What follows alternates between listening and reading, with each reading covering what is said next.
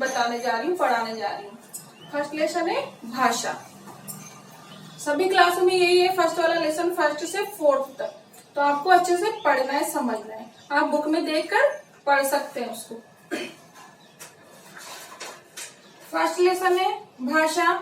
उसमें आपको बताया जा रहा है हम एक दूसरे की बात समझते हैं, सामने वाले को अपने विचार समझाते हैं और सामने वाला अपने विचार हमको समझाता है। उसे भाषा के रूप कहा जाता है, उसे भाषा कहा जाता है। भाषा के रूप होते हैं 2, मौखिक भाषा और लिखित भाषा।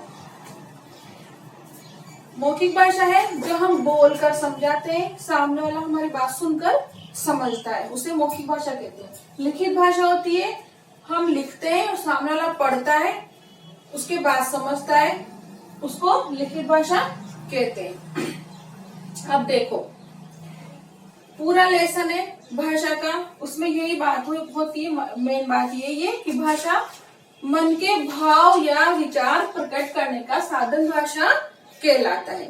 भाषा के कितने रूप होते हैं? 2 रूप होते हैं, मौखिक भाषा और लिखित भाषा। मन की बातों को दूसरों तक पहुंचाना और दूसरों की बातों को समझना ही भाषा कहलाता है। भाषा के 2 रूप होते हैं, मौखिक भाषा और लिखित भाषा। बोलना और सुनना दोनों भाषा का मौखिक रूप में आते हैं। लिखना और पढ़ना भाषा का लिखित रूप होता है। समझ में आ गया आप लोगों को?